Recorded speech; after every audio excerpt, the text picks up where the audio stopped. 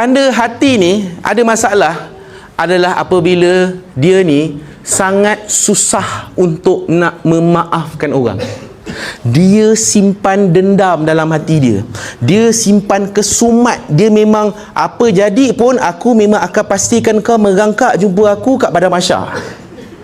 Memang kau jumpalah aku depan Allah nanti. Dia macam tak boleh. Sebab isu dia sebab member tu terpakai slipper dia kat luar surau. Pinjam kejap pergi toilet. Oh, tak boleh. Dia punya tak boleh memaafkan tu memang sampai kesudah dia tak maafkan. So orang yang tak boleh memaafkan orang yang simpan dendam memang ada masalah hati. Nanti tuan-tuan saya akan share dia punya cara macam mana nak nak buang sikit. Dia bukan boleh terus buang. Dia bukan dengan ceramah hari ni terus boleh buang. Tapi at least kita tahu cara nak buang tu. Okey, itu yang keempat. Susah nak maafkan orang. Simpan dendam. Dan yang kelima ni tuan-tuan, sayalah orangnya. Dan saya takut saya mati dalam keadaan masih ada lagi yang kelima ni. Tuan-tuan, Ramadan mulia sebab apa? Syahrul Ramadan alladhi unzila fihil Quran.